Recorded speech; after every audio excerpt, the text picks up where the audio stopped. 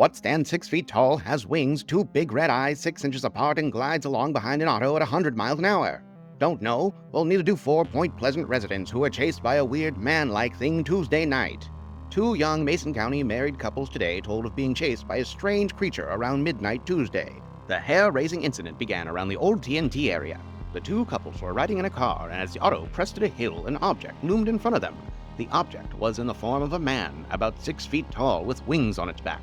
Becoming frightened, the couples drove away. As they approached a traffic circle near Route 62, they said the thing loomed in front of the car again. They claim they drove toward Point Pleasant on Route 62 at 100 miles an hour, with the strange creature drifting along behind the car. This is an excerpt from the original article published about the Mothman in 1966 in Point Pleasant, Virginia.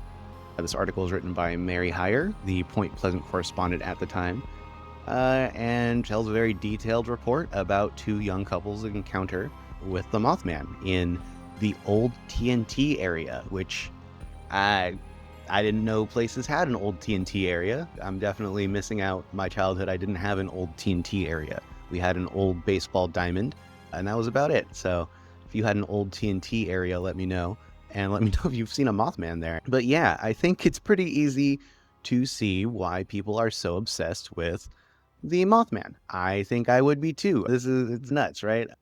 That is a crazy description and a terrifying creature, really. Able to keep up with a car as big as a heron, that's nuts. And easy to see why people are so enamored with the idea of the Mothman, so much so that there is even a statue erected of it in Point Pleasant. And yeah, Mothman, to this day, has a pretty heavy weight on the public consciousness. You can see Mothman in all kinds of things. Hell, Mothman's even an enemy in Fallout at this point. So there's not really any facet of life that hasn't at some point seen a reference to the Mothman. Yeah, I think you'd have to venture pretty far, at least outside of the US, to find someone who doesn't know what the Mothman is. And even then, every culture seems to have their own kind of idea or like their own concept of something very Mothman. So here in Critter Country, we play a lot with the idea of them being these like impending doom creatures, things that are bringing a disaster or bringing some kind of calamity, and that is interpreted in different ways depending on the type. So right now we're working with the dreaded Mothman line. That's Weavile, Chaos Silk, and Mothumbra. They are considered the quote-unquote evil Mothmen in Critter Country. Not really evil, but they're definitely the more nefarious. So they definitely are a little more prone to pulling a trick on somebody. And that's what makes them fun. Their line specifically, they are fast, so they're really quick to outspeed critters, save for the Chaos Silk line. That one has 2 speed, as you can see. But once you get into the second line of the Mothman, they all lose their speed a bit. They go into this pupal chrysalis form where they become the moth, much like bugs in real life. So this line, Weavile started off pretty quick and was able to do some damage with his passive. Every time he's played or anytime he's adapted, he's going to be dealing damage to somebody. So that is going to be doing some good passive damage there.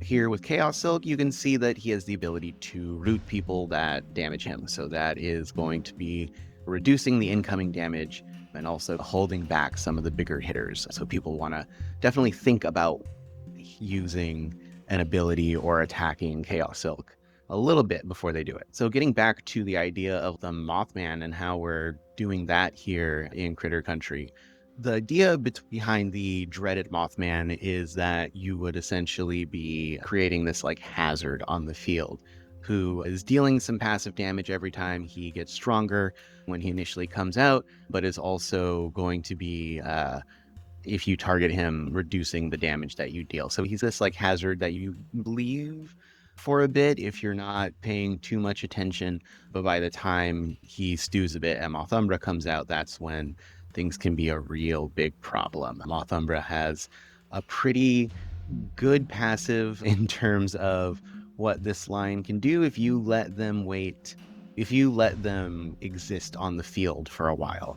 You're going to find out pretty quick that Mothumbra will have been waiting for that and capitalizing on the increase of research you'll see here in a minute, Thunder is going to have more speed depending on what you are researching, specifically how much research you have.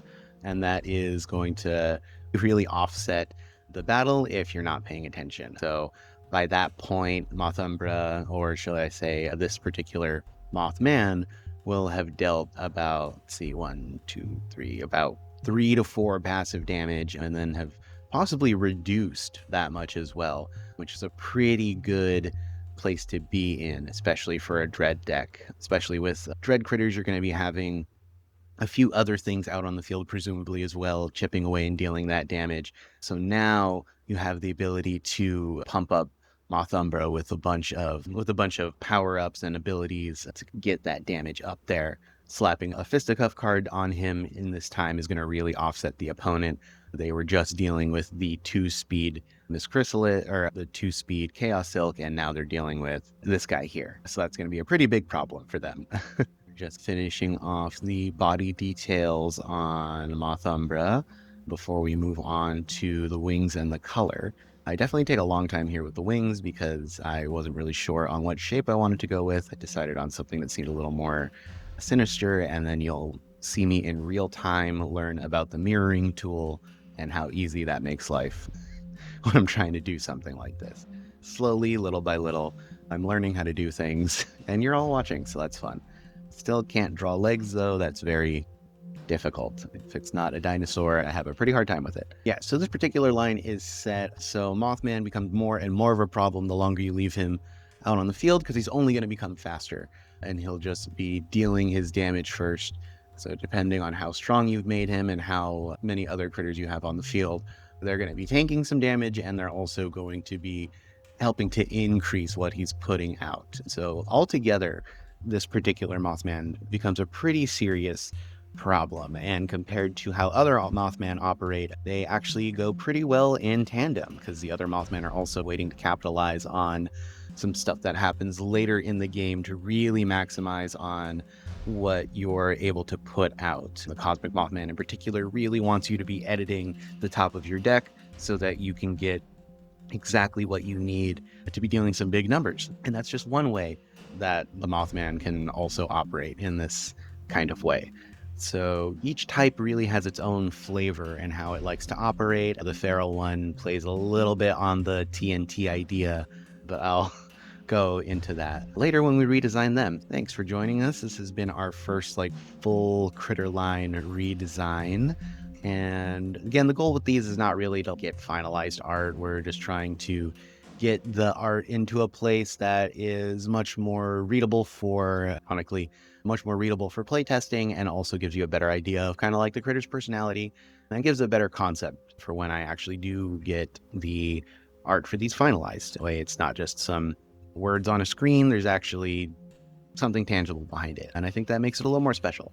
Thanks for joining us, guys. Next time we will be, I don't know, next time's video is going to be a bit of a different one, so we'll see what happens.